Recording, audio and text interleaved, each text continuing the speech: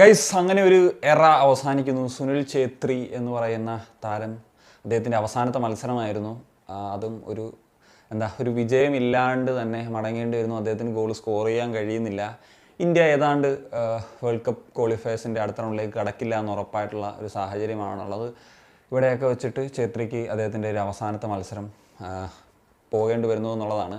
എന്താണെങ്കിലും ഞാൻ ഈ ഒരു മത്സരം എനിക്ക് മത്സരം കാണുന്നതിന് മുമ്പ് ചെറിയൊരു തലവേദന ഉണ്ടായിരുന്നു.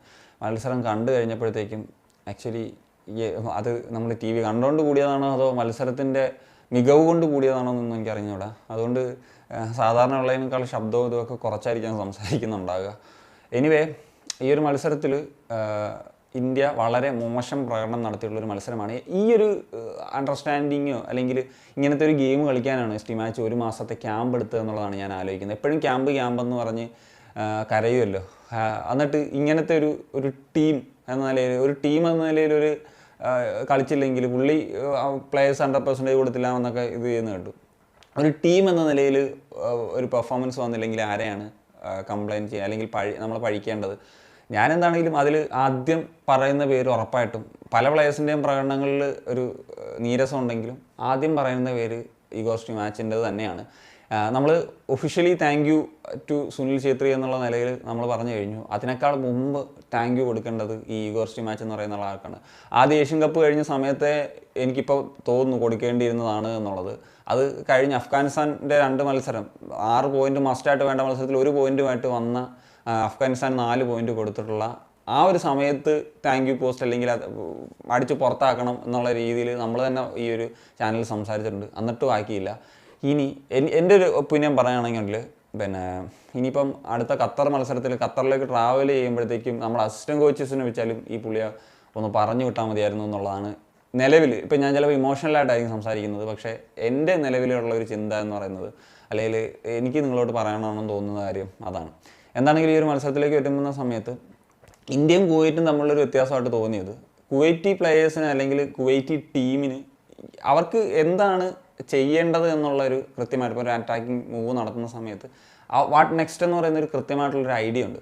പക്ഷേ അവർക്ക് ഫിനിഷിങ്ങിൽ കൃത്യത ഇല്ലാത്തത് കൊണ്ടും, കാരണം ആദ്യ മിനിറ്റിൽ തന്നെ നല്ലൊരു ചാൻസ് വന്നു, അത് ഗുർപ്രീതിൻ്റെ നല്ല സേവായിരുന്നു. അത് കഴിഞ്ഞിട്ട് അവർക്കൊരു ചിപ്പ് ബോൾ ചെയ്യാനുള്ള അവസരങ്ങളുണ്ടായിരുന്നു. പിന്നെ 2-3 നല്ല ഷോട്ട്സൊക്കെ ഉണ്ടായിരുന്നു. അതിൽ ഏറ്റവും നമ്മുടെ ഒരു ടീമിൽ എനിക്ക് പെർഫോമൻസ് വൈസ് നല്ല പ്രകടനം നടത്തിയെന്ന് തോന്നിയത് ഗുർപ്രീത് സിംഗ് സന്ധു എന്ന് പറയുന്ന ഗോൾ കീപ്പറും അതുപോലെ തന്നെ അൻവർ അലി എന്ന് പറയുന്ന ഡിഫൻഡറുമാണ്. ബാക്കി എല്ലാവരുടെയും കാര്യം ഞാൻ പറയുന്നില്ല, ഇനി ഓരോരുത്തരുടെ പേരെടുത്തെടുത്ത് ഇവരുടെ ഒരു പ്രകടനം എടുത്തു കഴിഞ്ഞാൽ ബാക്കി മൊത്തത്തിൽ നിരാശയാണ്. പിന്നെ ഈ ഒരു മത്സരത്തിൽ എനിക്ക് തോന്നിയത് കുവൈറ്റിന് ഒരു പെനാൽറ്റി സിറ്റുവേഷൻ ഉണ്ടായിരുന്നു എന്നുള്ളതാണ്. പെനാൽറ്റി കൊടുക്കേണ്ടത് തന്നെയായിരുന്നു, ഒരു ഡിസേർവ് ചെയ്യുന്നതാണെന്നാണ് എനിക്ക് പേഴ്സണലി ഫീൽ ചെയ്യുന്നത്. ബട്ട് അത് കിട്ടുന്നില്ല. അതുകൊണ്ട് ഈ ഒരു മത്സരം ഡ്രോ ആയി. ഇങ്ങനെ ഡ്രോ ആകുന്നതിനേക്കാളും നല്ലത് ഈ ഒരു മത്സരം പരാജയപ്പെടുന്നതായിരുന്നു എന്നുള്ളതാണ് എൻ്റെ ഒരു ഫീലിംഗ്. എന്താണെങ്കിലും ഇന്ത്യയെ സംബന്ധിച്ചിടത്തോളം എന്താണ് ഇന്ത്യയുടെ പ്ലാൻ എന്നുള്ള കാര്യമാണ് നമ്മൾ ആദ്യം നോക്കേണ്ടത്. ഒരു പ്ലാൻ എന്ന് വെച്ച് കഴിഞ്ഞാൽ, ആകെയുള്ളൊരു പ്ലാൻ എന്ന് വെച്ച് കഴിഞ്ഞാൽ ഒരു ബിൽഡപ്പ് തുടങ്ങും, റൈറ്റ് വിങ്ങിൽ കൂടെ നിഖിൽ പൂജാരി ചാങ്ദേ വഴി ഒന്ന് പോവും, ചിലപ്പോൾ ക്രോസ് കൊടുക്കും, ചിലപ്പം അല്ലെങ്കിൽ അവർ ബ്ലോക്ക് ചെയ്യും. ഇതല്ലാണ്ട് ലെഫ്റ്റിൽ കൂടെ ആണെങ്കിൽ എങ്ങാണം തട്ടിത്തെറിച്ച് ലെഫ്റ്റിൽ പോയി കഴിയുമ്പോൾ ലിസ്റ്റൺ ഒന്ന് റൺ ചെയ്യുന്നല്ലാണ്ട് എന്തായിരുന്നു പ്ലാൻ എന്നുള്ളത് എനിക്ക് ചിലപ്പോൾ ഫുട്ബോൾ നോളജ് ഒന്നും ഇല്ലാത്തതുകൊണ്ടായിരിക്കും കേട്ടോ ഞാനിങ്ങനെ പറയുന്നത്.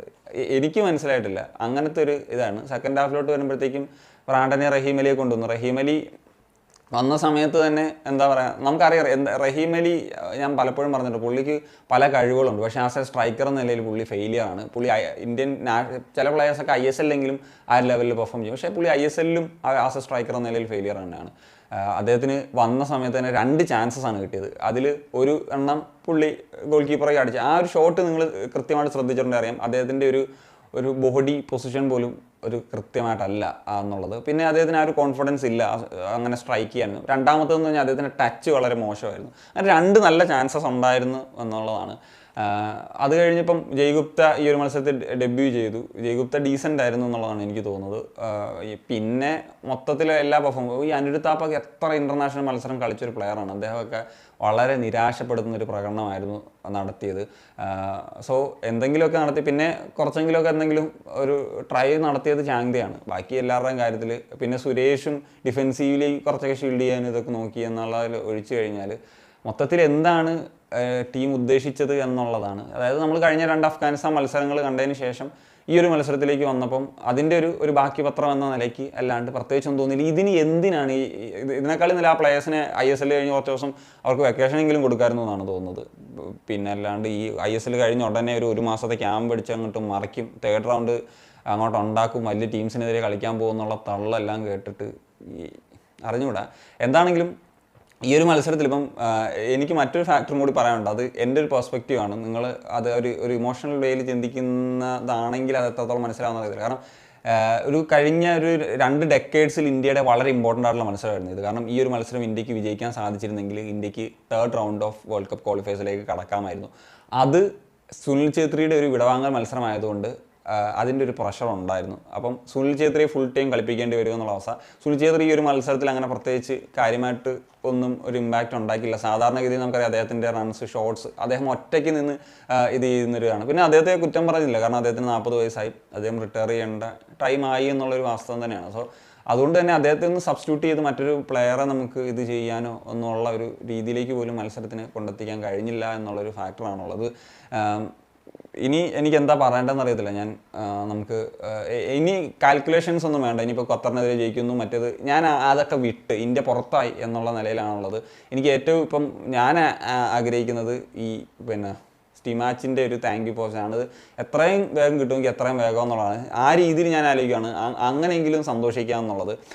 അല്ലാണ്ട് ഇപ്പം ആരാ ഇത് ചെയ്യേണ്ടത്? ഈ 1 മാസത്തെ ക്യാമ്പ് കിട്ടിയിട്ട് മറയ്ക്കുമെന്ന് പറഞ്ഞിട്ട് ആ ഒരു ടീം ഗെയിം പോലും കാഴ്ചവെക്കാനായിട്ട് I don't know, so predictable. അതുകൊണ്ട് കുവൈറ്റിനും കാര്യങ്ങൾ ഈസി ആയിരുന്നു.